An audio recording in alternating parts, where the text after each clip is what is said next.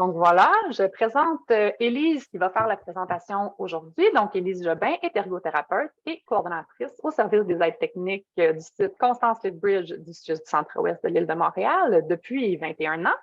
Et puis, elle présente aujourd'hui le choix d'un fauteuil roulant pour un client obèse, un défi de taille. Donc, merci Élise. Je te laisse la parole. Super. Alors, bienvenue à tous. Aujourd'hui, je vous partage une formation que j'ai donnée en 2008 lors d'un colloque. Donc, il va falloir me pardonner pour l'aspect vintage de certaines photos qui datent vraiment d'un moment où nos caméras étaient moins bonnes que maintenant. Et également, je vais remercier mon amie Estelle Dionne, qui n'est peut-être pas avec nous parce qu'elle s'est dit « Ah non, pas cette formation-là, je l'ai déjà donnée avec Élise ». Mais dans le fond, je l'ai faite en collaboration avec elle. Fait que donc, il y a un peu d'Estelle également dans cette présentation-là. Et j'ai dû l'écourter un peu puisque j'avais parlé aussi de parler d'un choix de coussin, mais malheureusement, pour être capable de rentrer dans le temps du 45 minutes, là, il a fallu que je me concentre uniquement sur le choix du fauteuil. Par contre, les choix de coussins pourront faire l'objet d'une autre présentation ultérieurement parce qu'on a l'intention de continuer à faire des midi-conférences.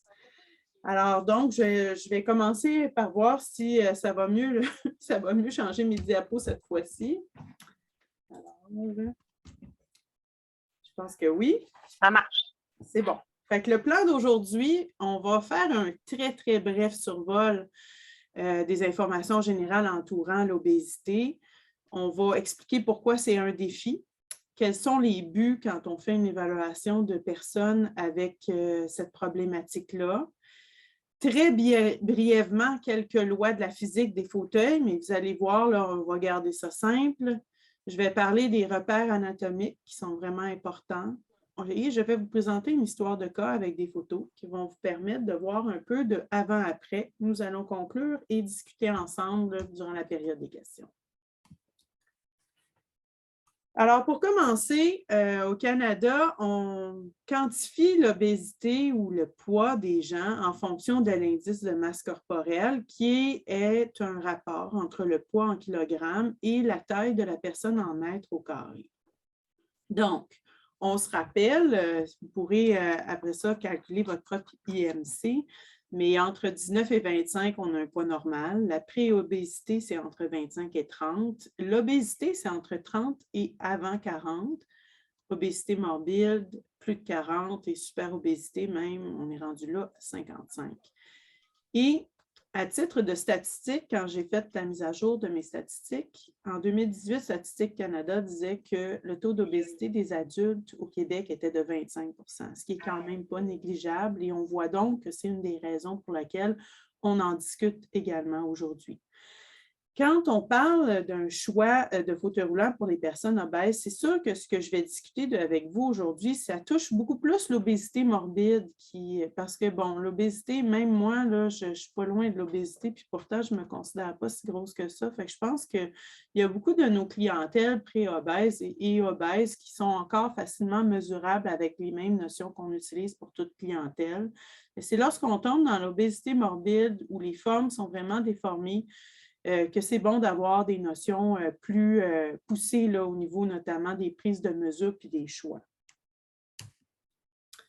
Donc, certaines conditions sont associées au fait d'être dans la catégorie des obèses morbides. J'en ai listé quelques-uns ici. Puis c'est simplement pour exprimer que c'est bien normal qu'on les voit en fauteuil roulant, ces personnes-là, parce qu'avec des conditions chroniques de santé associées telles que celles qui sont nommées ici, on voit que c'est des gens qui sont susceptibles d'avoir beaucoup de problèmes de mobilité. On va rentrer dans le vif du sujet. Qu'est-ce qui distingue les personnes obèses morbides des autres clients qu'on voit? C'est principalement la forme de leur corps.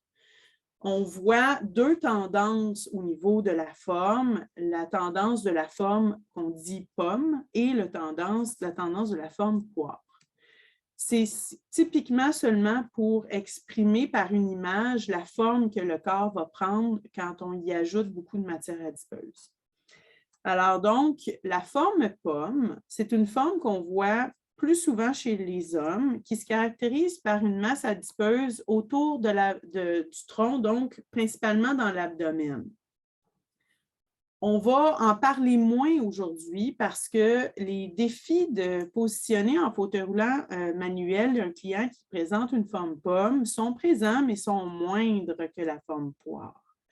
Alors, donc, principalement, les enjeux sont le choix de la largeur du fauteuil, ainsi que la distribution de la masse sur la base de sustentation, donc la surface sur laquelle est distribué le poids entre les roues avant et les roues arrière, qui peuvent avoir un impact sur le roulement du fauteuil.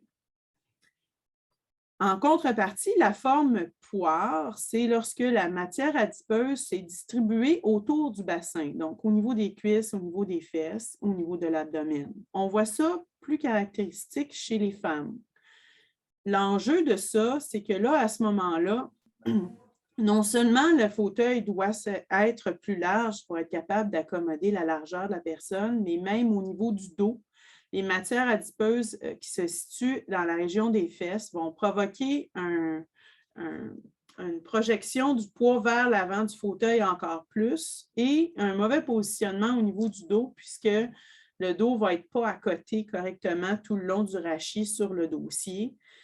Et également, la personne va avoir tendance là, à pouvoir avoir là, des endroits où il y a de la moisissure qui peuvent se loger, des plis de peau qui peuvent provoquer là, des rougeurs, puis également possiblement de la compression avec des plaies. Fait que dans ce temps-là, les enjeux sont plutôt au niveau du choix de la largeur du fauteuil, de la profondeur du fauteuil, de l'angle siège-dossier, et aussi de l'emplacement des roues arrière pour avoir une meilleure distribution pour la propulsion. On voit que la problématique avec les gens qui présentent une forme poire, elle est plus importante que celle de la forme pomme. Et c'est pourquoi, dans ma présentation, notamment au niveau de l'histoire de cas, c'est vraiment un cas de forme poire que j'aurais choisi. Alors, quels sont les défis?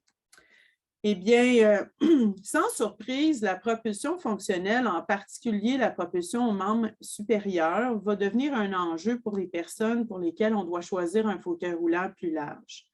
On n'est pas nécessairement avec, dans notre physionomie, la structure osseuse puis la longueur des os qui est compatible avec le fait de peser 350 ou 400 livres. Donc, les épaules changeront et les membres supérieurs ne changeront pas de place parce qu'on a pris beaucoup de poids. Atteindre les cerceaux de conduite d'un fauteuil roulant manuel devient donc un défi quand on s'en va dans des largeurs importantes de fauteuil. Également, on l'a vu pour mon explication de tout à l'heure, si on a une matière adipeuse importante au niveau des fesses, bien, ce sont les fesses qui vont appuyer sur le dossier à l'arrière. Et puis, à ce moment-là, il va y avoir un creux qui va se former entre les fesses et puis le haut du dos qui va aller s'appuyer également sur le dossier. Parce que la personne veut s'appuyer correctement, mais le problème, c'est que la portion de fesses qui accote sur le dossier fait que on ne pourra pas accoter la région lombaire. Donc, ça va faire comme une personne qui est comme un peu couchée dans sa chaise. On ne peut pas penser que c'est un positionnement qui est confortable à avoir pendant plusieurs heures dans une journée. Également, bien, un fauteuil roulant très large, c'est plus difficile de se relever de ce fauteuil-là quand on veut s'appuyer sur les appuis-bras pour pouvoir se lever debout. Également, puisque on a tendance à mettre des profondeurs plus profondes pour ces clients-là parce qu'ils veulent être soutenus au niveau des jambes. Puis on va en parler tout à l'heure pour les solutions. Bien, les appuis-bras, eux autres, ils restent encore à l'arrière. Fait que donc, la position des appuis-bras, leur largeur fait que c'est plus difficile de se lever. Puis le poids à lever fait que c'est plus difficile de se lever debout aussi. Fait qu'on voit beaucoup d'enjeux au niveau de l'autonomie, au niveau des transferts. Je ne pense pas vous expliquer vraiment beaucoup tous les enjeux qui sont liés à l'accessibilité de l'environnement, mais bien évidemment, ça et la transportabilité de l'équipement dans le transport adapté sont des enjeux majeurs pour les gens qui présentent ce problème-là. Également, le maintien d'intégrité de la peau. Il ne faut pas penser que s'il y a beaucoup de matière adipeuse, il n'y a pas de risque de plaie. Il y en a. Ils ont même des enjeux supplémentaires parce que dans les replis de la peau, comme j'ai dit précédemment, ça peut provoquer là, des plaies. Fait que donc, ce que j'ai peut-être moins parlé, c'est plutôt des enjeux de sécurité également. C'est-à-dire qu'en déportant le centre de masse de la personne obèse vers l'avant du fauteuil, on distribue plus de masse sur les roues avant, qui sont de petites roues, moins habilitées à soutenir le poids que les grosses roues arrière du fauteuil. Fait qu'on a plus de chances, quand on rentre en contact avec un obstacle, de buter et d'être projeté vers l'avant ou de basculer avec le fauteuil vers l'avant lorsqu'on a cette distribution de poids-là sur les roues avant. Fait qu'il y a également un enjeu de sécurité. J'ai quelques images là, qui expriment un peu certains des défis qu'on peut avoir là, au niveau de l'accessibilité notamment. Largeur 24 pouces, profondeur 22, ça, c'était quelque chose qu'on peut voir là, quand quelqu'un vient nous voir, il a acheté un fauteuil roulant sur Kijiji, puis il arrive avec ça. Là. Largeur tout 31 pour l'accessibilité et bon, un poids immense. Puis là, j'ai tout à l'heure parlé de l'accès au cerceau pour la propulsion, mais il faut se rappeler que même avec la difficulté d'accès au cerceau, il y a aussi le fait que quand on pèse 400 livres et qu'on a un fauteuil à traîner en plus, c'est beaucoup de poids aussi à essayer de pousser avec ses membres supérieurs. Maintenant, qu'est-ce qu'on a comme objectif quand on voit ces personnes-là pour leur attribuer un fauteuil? Bien, il va falloir trouver le moyen de trouver un compromis acceptable. On ne parle pas ici, avec une baguette magique, de changer complètement le topo puis que la personne repart avec un appareil merveilleux qui va répondre à tous ses besoins. Malheureusement, avec une complexité de besoins comme celui-là, on se retrouve souvent à devoir couper la poire en deux. Ça, c'est un très mauvais jeu de mots. Mais en tout cas, de devoir trouver des compromis, ça, c'est certain. À l'intérieur de cette négociation-là, oui, il faut respecter les priorités du client, mais il faut aussi beaucoup le sensibiliser. Par exemple, il y a des gens qui disent moi, je veux absolument pouvoir sortir et rentrer de mon domicile. C'est très louable, sauf que si je suis obligée de vous comprimer au point que vous ne serez même pas capable de tolérer 5 minutes assis dans le fauteuil, peut-on envisager le fait que pour passer le cadre de porte, vu que vous êtes encore capable de vous lever, vous pouvez vous lever, on replie le fauteuil, on le ressort et vous vous rassoyez dedans et comme ça, j'évite de vous provoquer des plaies et des douleurs. Fait que donc, il y a des petits consensus qu'il faut faire là-dedans. Et il faut surtout bien expliquer les conséquences de certains choix. Ça, c'est vraiment important. Ce sur quoi on ne peut pas faire de concession, c'est sur le poids limite qu'un appareil est capable de supporter selon le fabricant. C'est-à-dire que si on ne veut pas se retrouver avec des problèmes de garantie et des problèmes de réparation répétitive, il est vraiment recommandé de toujours s'assurer de ne pas donner un appareil à quelqu'un qui est soit sur la limite exacte du poids maximal de l'appareil ou un poids supérieur. À ce titre, je vous encourage fortement à peser vos clients quand c'est possible, quitte à peser le client avec un fauteuil, puis ensuite peser le fauteuil puis faire la déduction, ou obtenir un poids provenant de l'hôpital, du CHSLD ou d'un suivi médical parce qu'il est dit dans les études que les personnes obèses morbides minimisent au moins 20% leur poids lorsqu'ils donnent leur poids quand ça leur est demandé, même dans une situation de soins. Fait que donc, si ça ne s'évalue pas à l'œil, il pèse 350 ou il pèse 375. Je ne connais personne qui est capable de faire cette distinction-là à l'œil. Alors, fiez-vous aux données qui seront pesées, s'il vous plaît, parce que sinon, vous risquez de vous retrouver avec des gros problèmes.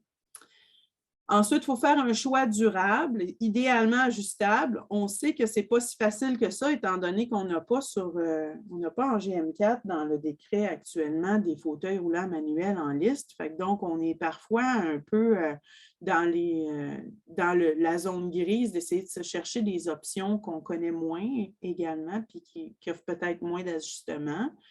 Et aussi permettre l'accessibilité et la transportabilité, mais là, c'est tout à fait logique.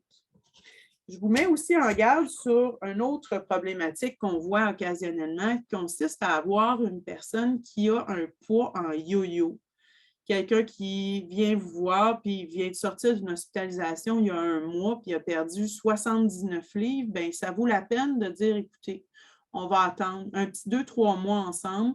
Je vous revois dans 2-3 mois, on reprend les mesures parce que C'est connu que ces gens-là, quand ils perdent beaucoup de poids, ils peuvent le regagner aussi facilement. Puis c'est vraiment dommage après ça d'avoir attendu pendant 6 mois, 5 mois pour obtenir une chaise, puis finalement, ça ne fait pas du tout. Fait que donc, je vous encourage vraiment à vous assurer que vos clients, quand vous les rencontrez, leur poids est stable. Les lois de la physique, vous allez voir, on va rendre ça pas mal facile, c'est qu'en réalité, le gros du poids des personnes devrait se situer au niveau des roues arrière. Ça, c'est un fait. Et normalement, quand on n'a pas un enjeu de poids tel que celui-là, à cause du centre de masse, notre poids est plutôt réparti sur les roues arrière et symétrique, donc à peu près au centre du corps. Lorsqu'on présente de l'obésité morbide, souvent le poids est déporté à l'avant, puis le fait d'avoir des matières adipeuses au niveau des fesses, on le déporte encore plus à l'avant, mais parfois, il peut aussi être non symétrique, tout dépendant des poches de gras, comment ils sont disposés quand on est assis. Fait que donc, c'est un enjeu de regarder à peu près où est situé le centre de masse. On ne vous demande pas d'évaluer ça, où est le centre de masse, mais dans le fond, finalement, on vous demande de regarder la position de la roue arrière. Parfois, on est tenté de la reculer davantage. On le fait pour d'autres clientèles, les clientèles amputées, pour avoir une meilleure répartition sur une plus longue base de sustentation. Mais les personnes obèses, on doit ramener les roues arrière vers le centre de masse pour être capable de mieux supporter le poids au niveau des roues arrière. Et les roues avant, qui doivent avoir le moins de poids possible parce que c'est des roues directionnelles, eux autres, on devrait essayer de les déporter vers l'avant. Il n'y a pas de fauteuil sur notre décret qui nous permet de télescoper les roues avant, mais par contre, il y en a plusieurs pour lesquels on peut changer le sens de la fourche avant. Par exemple, les produits d'Orthofab, certains produits de PhysiPro. J'ai vu aussi le Helio, mon démo Helio A6, c'est possible de le faire aussi. C'est de regarder pour installer les fourches au lieu que les roues soient plus vers l'arrière, de les inverser pour les mettre vers l'avant. Ça augmente la surface à l'avant, ça l'éloigne du centre de masse. Fait que si on combine une modification d'emplacement des roues arrière et des roues avant, on peut mieux placer les roues de façon à soutenir le centre de masse d'une personne obèse morbide. Fait que je ne sais pas si vous voyez, j'ai essayé d'exprimer ça avec cette photographie. On voit là que les roues arrière, on les a déportées vers l'avant en ligne droite avec l'épaule de ce client, puis son centre de masse est vraiment plus vers l'avant. Ça, si jamais vous avez des questions là, à la fin, n'hésitez pas à me reposer des questions. Les repères anatomiques. Il y a des repères anatomiques supplémentaires à prendre quand on veut bien évaluer quelqu'un qui présente de l'obésité morbide. Fait que donc, ça, je vais vous le, notamment au niveau de la profondeur. Ça, je vais toutes les regarder ensemble avec vous. Et puis, donc, quelques affaires qu'il faut se rappeler, c'est que très souvent, on a besoin d'avoir une deuxième personne avec soi pour faire une bonne prise de mesure pour un client très obèse. C'est vrai qu'on a besoin parfois de 2 paires de mains, si ce n'est pas 3. Ça dépend si vous avez sous la main les outils qui sont des outils qui sont compatibles avec ces largeurs et ces profondeurs. Il y a des verniers là, qui vont sensiblement plus larges là, pour permettre la prise en largeur là, de quelqu'un qui aurait des mesures plus larges que l'habitude. Parfois, on peut utiliser des livres rigides ou encore des planches de bois pour être capable de les placer pour que ça ne bouge pas pendant qu'on utilise un tape. Également, un mètre en bois ou en plastique solide, ça peut nous permettre aussi de se faufiler à l'intérieur d'un fauteuil pour aller rejoindre à l'arrière la place où s'arrêtent les matières adipeuses, surtout dans un dossier souple où c'est plus difficile d'aller trouver exactement c'est où le point le plus à l'arrière de la matière adipeuse. Pourquoi on fait tout ça? C'est parce que si tu te trompes, ça a des grosses conséquences et aussi parce que les formes en tant que telles sont plus difficiles à mesurer puis on n'a comme pas les bras assez longs parfois là, pour être capable d'être à 2 places en même temps. Fait que là, c'est là que je vais commencer à vous parler de chacune des mesures pour après ça y aller vers mon histoire de cas. Donc, Avant ça, hein, oui, j'ai oublié de vous dire quelque chose. Ici, nous autres, on a une façon un peu différente de noter nos mesures quand on mesure un client. Puis ça se peut que vous entendiez ça dans mon discours quand je vais vous parler tout à l'heure de la prise de mesure. Fait que je voulais les distinguer ici pour que vous soyez un petit peu plus alerte là, à ce que je vais dire. Fait que les mesures anthropométriques, c'est pareil partout au Québec. Fait que donc, c'est la mesure réelle du segment. Quand je vais parler de mesure support, c'est la mesure du résultat que je veux obtenir. Fait que donc, si j'ai mettons par exemple, un fémur de 18, puis je veux que la personne soit assise avec un support de 16, ça veut dire que je veux que quand elle va s'asseoir, il y a 16 de long ou de profondeur, pouf, elle s'assied dessus, puis elle est assise sur un 16 de profond. La mesure de l'appareil, c'est ce que je vais commander comme appareil. Fait que parfois, la plupart du temps, la mesure support et la mesure de l'appareil, c'est la même mesure. Mais parfois, ce n'est pas le cas. Puis dans la profondeur pour la personne obèse, c'est une situation où est-ce que ce n'est pas le cas. En tout cas, ce ne l'est pas dans l'explication que je vais vous donner pour mon histoire de cas. Fait que donc, tout à l'heure, on va faire un parallèle entre mesure support et mesure de l'appareil. Donc, on a besoin évidemment d'un vernier ou d'un ruban à mesurer avec les planches, comme j'ai expliqué tout à l'heure, pour prendre bassin, cuisse, tronc et épaule. Pourquoi on prend bassin, cuisse? C'est parce que parfois, ce n'est pas le bassin qui est le plus large, parfois c'est la cuisse. Et ce qu'on veut savoir, c'est quoi la plus large partie qu'on doit respecter pour pouvoir choisir une bonne largeur de fauteuil.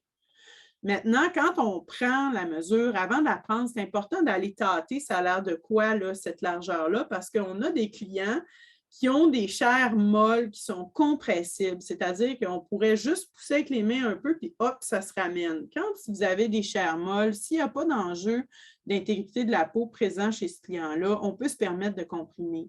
C'est lorsqu'on arrive sur des structures solides ou si les matières adipeuses sont très dures, à ce moment-là, bien là, il faut se garder une petite gêne. On ne doit pas, dans la mesure du possible, pousser là-dessus avec nos structures en métal.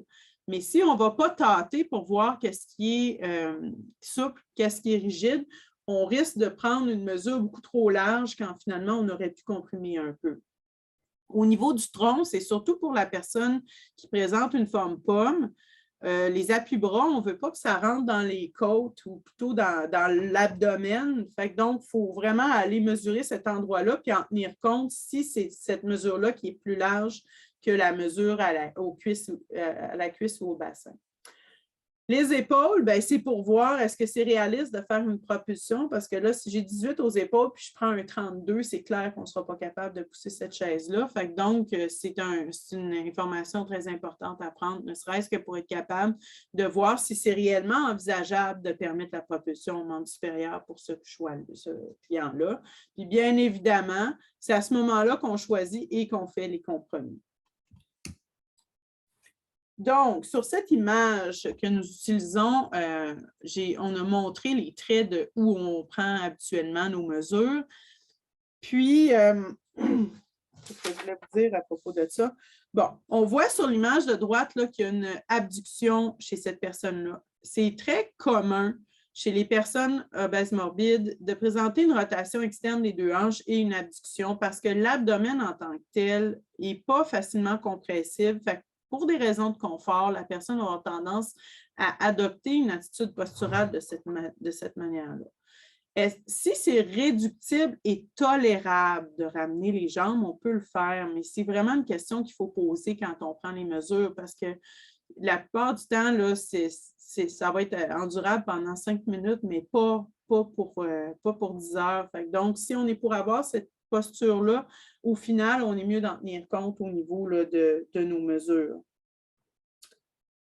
Après ça, c'est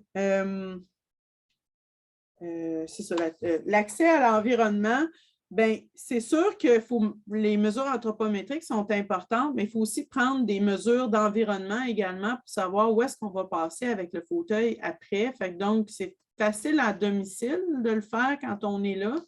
Mais quand on n'est pas à domicile et qu'on nous dit oui, je vais la prendre, la mesure, moi, j'aime bien faire une démonstration en salle d'évaluation de comment on prend une mesure de largeur de porte. Parce que combien de fois j'ai vu des gens qui mesurent juste la porte, ou qui mesure la largeur sans avoir tenu compte que la tranche de la porte, une fois ouverte, est dans l'embrasure de la porte. Fait que je vous encourage fortement à faire des simulations ou à prendre les mesures vous-même parce que quand on est rendu avec des enjeux tellement au millimètre près pour pouvoir passer dans une porte, ça peut faire une très grosse différence si la personne qui a pris la mesure n'a pas tenu compte là, de ces petits systèmes-là. Voilà. Et puis, si le client décide de prendre volontairement un fauteuil roulant dans lequel il va être comprimé, il faut vraiment avoir bien expliqué les risques de plaie, les risques de points de pression, de rougeur, puis expliquer aussi comment on fait pour bien examiner sa peau régulièrement pour s'assurer de ne pas développer des plaies. L'image de gauche est comme elle est fixée sur la même image. Là, vous ne voyez pas, là, mais c'est une image avec ces deux images. On ne va pas en parler maintenant, on va en parler plus tard. On va se concentrer juste sur la largeur pour le moment, simplement pour conclure que les problématiques particulières reliées à la largeur sont souvent la propulsion aux membres supérieurs et à l'accessibilité de l'environnement. On garde ça en tête et on s'en va vers la profondeur. La profondeur, c'est ce qui est le plus dur à mesurer pour une personne obèse morbide.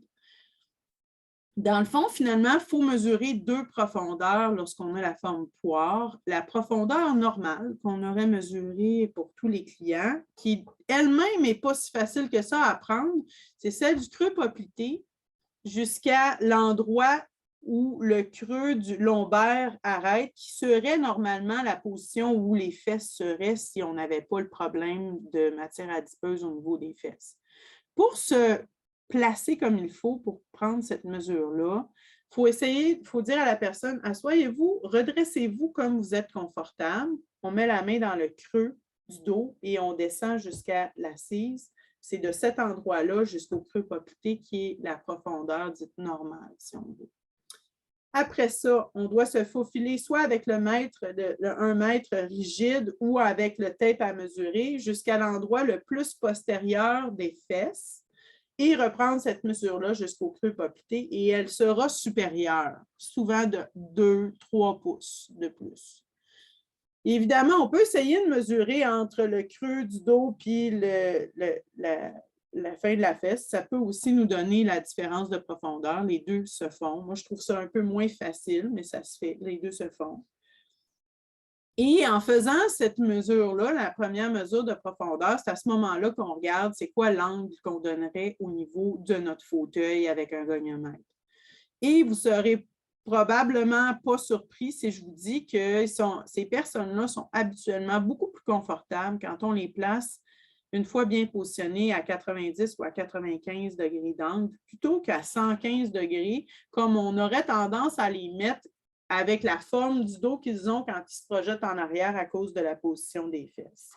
Tout à l'heure, ça va être beaucoup plus clair quand je vais vous montrer. Une image vaut 1000 mots lorsqu'on va voir les images de ma cliente que j'ai vues qui nous sert d'histoire de cas.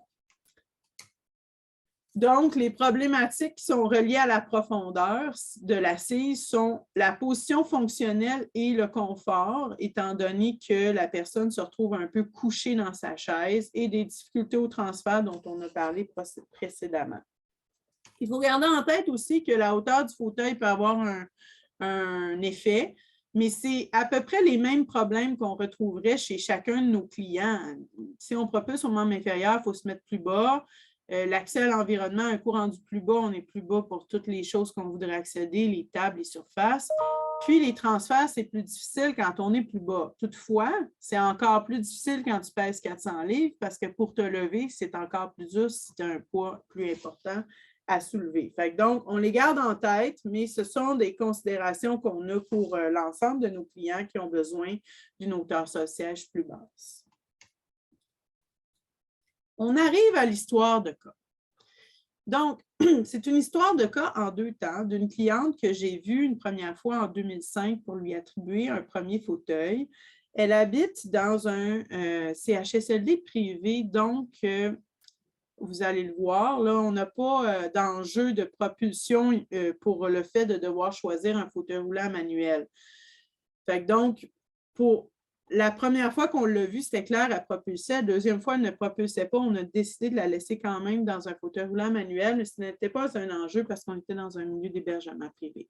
Donc, cette cliente-là de 72 ans avait une condition de démence mixte avec une neuropathie diabétique, de l'arthrose, des antécédents de fractures et une obésité morbide à 265 livres.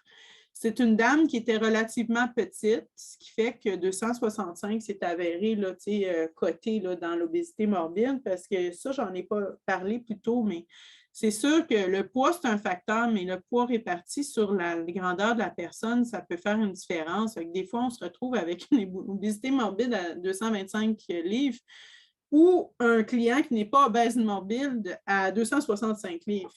C'est vraiment l'IMC qui fait une différence. Fait que donc, cette dame était obèse morbide. On a fait une première prise de mesure et on a choisi un appareil d'une largeur de 23 pouces. Et puis, bon, ça correspondait à ces mesures anthropométriques. Le fauteuil devait demeurer pliant parce que la famille prenait encore la résidente durant les fins de semaine pour effectuer des visites. Donc, il fallait qu'elle continue à faire ses transferts avec assistance et que le fauteuil soit pliable pour mettre dans une voiture.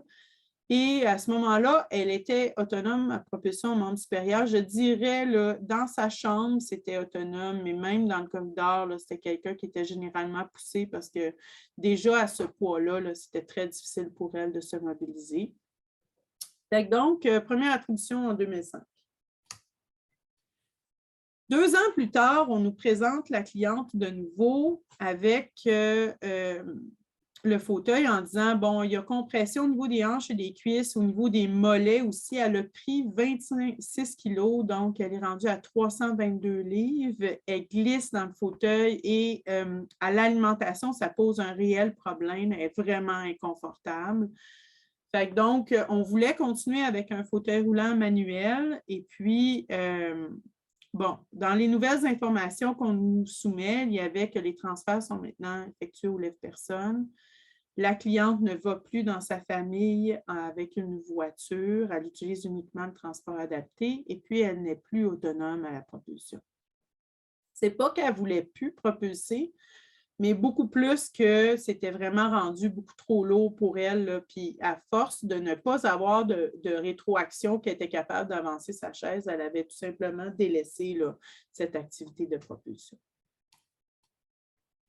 Donc, quand on l'a vu, c'était à ça que ça ressemblait. Fait que ce qu'on voit dans la photo, c'est vraiment compression au niveau des cuisses sur les 2 appuis-bras, compression au niveau des mollets sur les deux appuis-pieds, compression extrêmement importante au niveau de l'abdomen sur la ceinture de positionnement qui était initialement une ceinture pelvienne, mais qu'on voit qui est rendue une ceinture abdominale par la force des choses, là, son emplacement ayant pas été révisé en fonction de la nouvelle répartition du poids, là, si on peut dire. Fait outre les compressions, cette madame-là se disait très inconfortable, quelque chose qu'elle répétait continuellement, je ne suis pas bien, retourne me coucher. Fait donc, bon, on a essayé d'enlever un appui-bras, puis pour vous dire, on n'a pas été capable de le remettre tellement il y avait de la compression. Fait qu'il fallait vraiment faire quelque chose. Vu par l'autre côté, on voit que au niveau postural, elle a vraiment une flexion arrière. L'angle avait été ouvert à 115 degrés parce que la cliente se plaignait d'avoir des douleurs au niveau de l'abdomen. Puis, parce qu'elle est projetée par en arrière à cause de la forme de ses fesses, dans le fond, elle force pour maintenir le haut de son tronc qui provoque une syphose thoraco-cervicale parce qu'elle essaye d'avoir un bon contact visuel pour voir ce qui se passe en avant d'elle. C'est aussi une des raisons pour laquelle elle n'est pas confortable dans la chaise, étant donné qu'elle a à faire cet effort-là. Puis, bon, bascule postérieure, elle glisse, il y a une syphose, puis définitivement, elle est loin de son profit quand vient le temps de manger à la table. Qu'est-ce qu'on a fait avec ça? Après avoir pris les mesures, on a définitivement décidé de la passer d'un 23 à un 27 pouces de large Et puis, bien qu'on ait conservé la même profondeur de 18, on a ajouté une profondeur support pour atteindre 20 au total. Fait que donc, on a mesuré que les fesses à l'arrière, c'était 2 pouces de plus que la profondeur dont elle avait besoin à l'avant pour avoir un soutien confortable. Comment on fait pour installer quelqu'un dans cette position-là? Bien, on choisit un fauteuil roulant de 18 pouces de profond, mais nous, chez nous, on fabrique une assise qui supporte 18 pouces en avant, mais qui a une extension arrière avec la découpe des cannes pour avoir un 2 pouces à l'arrière de la canne. Fait que de cette manière-là, le support total était 20 pouces, mais le fauteuil lui-même n'avait que 18 pouces de profond. Également, quand on a pris nos mesures, on avait mesuré que cette matière adipeuse-là, au niveau des fesses, faisait une dizaine de pouces au niveau de hauteur. Fait que donc, on a commandé un dossier à tension ajustable 2 pouces plus large que le 27 pouces de fauteuil. On l'avait fait fabriquer chez Orthofab, mais je pense que maintenant, il y a peut-être même de meilleures solutions au niveau, là, nous, on en fabrique maintenant chez nous à Lethbridge, mais il y a d'autres fournisseurs qui peuvent certainement faire une fabrication plus sur mesure là, de type de dossier à tension ajustable. Fait que donc, on avait fait fabriquer un dossier à tension ajustable de 29 pouces de large. Puis, on a loussé les 3 straps du bas le plus possible pour pouvoir permettre aux fesses de reculer. Puis après ça, le dossier était attaché après les cannes de dossier, qui eux autres étaient à 96 degrés. Fait que donc, après ça, c'est venu se coller au niveau lombaire, le dossier à tension ajustable pour permettre là, un soutien adéquat pour la redresser. Fait que dans le fond, finalement, les fesses allant vers l'arrière, les cannes de dossier sont à 96 degrés en ligne avec le rachis de la cliente, ce qui permet un meilleur soutien au niveau du dos. Donc, 27 pouces de large, fauteuil de 18 pouces avec une profondeur arrière qui permet un support de 20 pouces, angle siège dossier de 96 degrés, dossier à tension ajustable de 2 pouces plus large pour permettre d'accommoder la position de la matière adipeuse au niveau des fesses. Et c'est ça qui est, on met toujours des belles photos d'un dossier à tension ajustable noir sur fond noir. Ce n'est pas si évident que ça, mais vous pouvez voir quand même en bas au niveau des roues, on voit la plaque qui ressort à l'extérieur, la plaque rigide qui permet le soutien là, des matières adipeuses des fesses là, à l'arrière de la canne de dossier. De côté, on peut maintenant voir que la cliente est vraiment plus redressée. Elle n'a plus la syphose thoraco-cervicale qu'elle avait tout à l'heure pour avoir un bon contact visuel. Fait que donc, elle est comme soutenue, elle est beaucoup plus droite. Puis, au niveau postural, c'était incroyable parce qu'on l'a installé le matin, c'était la première qu'on a installée, puis on l'a revue après le dîner, puis elle disait juste merci, juste merci. Elle était beaucoup plus confortable. Puis, c'est sûr qu'on n'a pas réglé tous les problèmes. L'alimentation, c'est demeuré un enjeu. C'est le genre de personne qui ne pourra pas manger facilement de la soupe avec une posture comme celle-là parce que l'abdomen étant ce qu'il est, il est encore présent pour cette cliente-là au niveau de son positionnement. Fait que donc, elle ne peut pas nécessairement se pencher davantage pour s'approcher de la table, puis on ne peut pas approcher trop la table non plus pour ne pas lui comprimer l'abdomen. Fait que ça, c'est un problème qui est resté, mais qui a été amenuisé par le nouveau positionnement. Également, bien, on a relocalisé la ceinture, mais ce qui s'est avéré, c'est qu'on n'en avait vraiment plus besoin, puis même on nous a dit qu'il l'avait enlevée parce que la cliente, elle ne glissait plus, étant donné qu'elle était plus comprimée au niveau des hanches, puis elle était très confortable.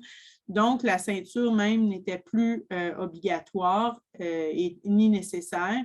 C'était par ailleurs quelqu'un qui était capable d'éboucler sa ceinture sans problème. Fait que donc, ce qu'on a fait, c'est que je pense qu'ils l'ont tout simplement retiré parce qu'avec cette forme-là, ce n'est pas facile, surtout quand on la positionne antérieure, là, d'enlever la ceinture et qu'elle ne tombe pas en conflit avec tous les autres accessoires là, qui sont sur le fauteuil. Fait que je pense qu'ils ont tout simplement enlevé la ceinture.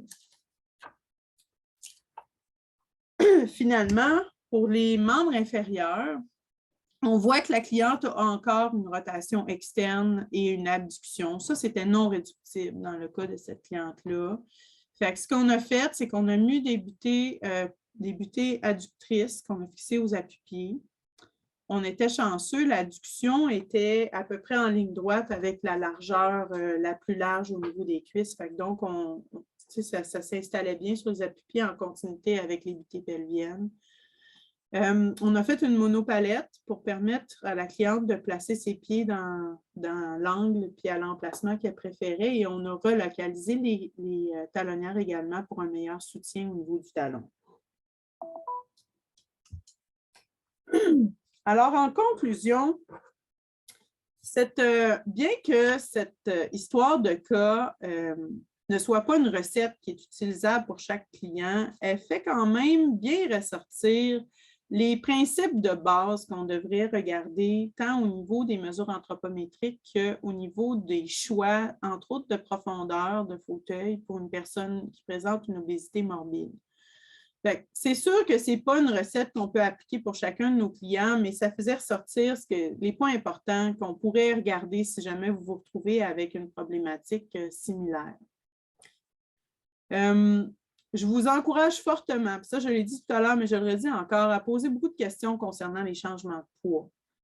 C'est vraiment plate de faire une commande de fauteuil roulant hors décret pour finalement qu'à la livraison, ça ne fonctionne pas. Puis là, on ne sait plus quoi faire avec ce fauteuil-là. Donc, je vous encourage vraiment à vous assurer que le client que vous êtes en train de mesurer présente un poids stable. C'est beaucoup plus facile en institution, mais les gens à domicile doivent être sensibilisés également à ce fait-là. C'est sûr qu'il va y avoir des compromis. On ne peut pas, avec une situation comme celle-là, puis une morphologie de ce type-là, on ne peut pas penser qu'on va trouver un fauteuil magique qui va permettre de tout faire. Il va y avoir des compromis. Il faut regarder tout au complet et vérifier l'environnement toujours. Les besoins, ne pas oublier les besoins de base qu'on a et juste se concentrer sur le fait que c'est plus compliqué parce qu'on est dans des largeurs plus importantes, les profondeurs sont dures à mesurer. Ben non, il faut tenir compte aussi de tout ce qu'on tient compte d'habitude dans nos évaluations également. On n'a pas sur le décret dans GM4 de fauteuil roulant manuel, comme je l'ai dit précédemment. Nous, on a constitué à Lethbridge une liste de fauteuils roulants manuels hors décret qui est peut-être pas à jour parce que ça a été fait il y a à peu près 2 ans, mais c'est des solutions potentielles. Le Eclipse de PDG est encore disponible. C'est un fauteuil roulant non pliant, mais qui a fait ses preuves, qui est excellent, qui est durable. Quand la personne n'a pas besoin que l'appareil soit pliant, c'est vraiment une bonne solution. Ici, on utilise un peu le M6 également de Sunrise, qu'on aime moins, beaucoup moins, mais qui est le bon côté d'être pliant. Mais j'en ai d'autres sur ma liste. Puis, ma liste est diffusable. Puis, en plus, si vous avez des solutions qui ne sont pas dessus, ça m'encouragerait si vous m'envoyez votre information parce que je vais la bonifier, c'est certain.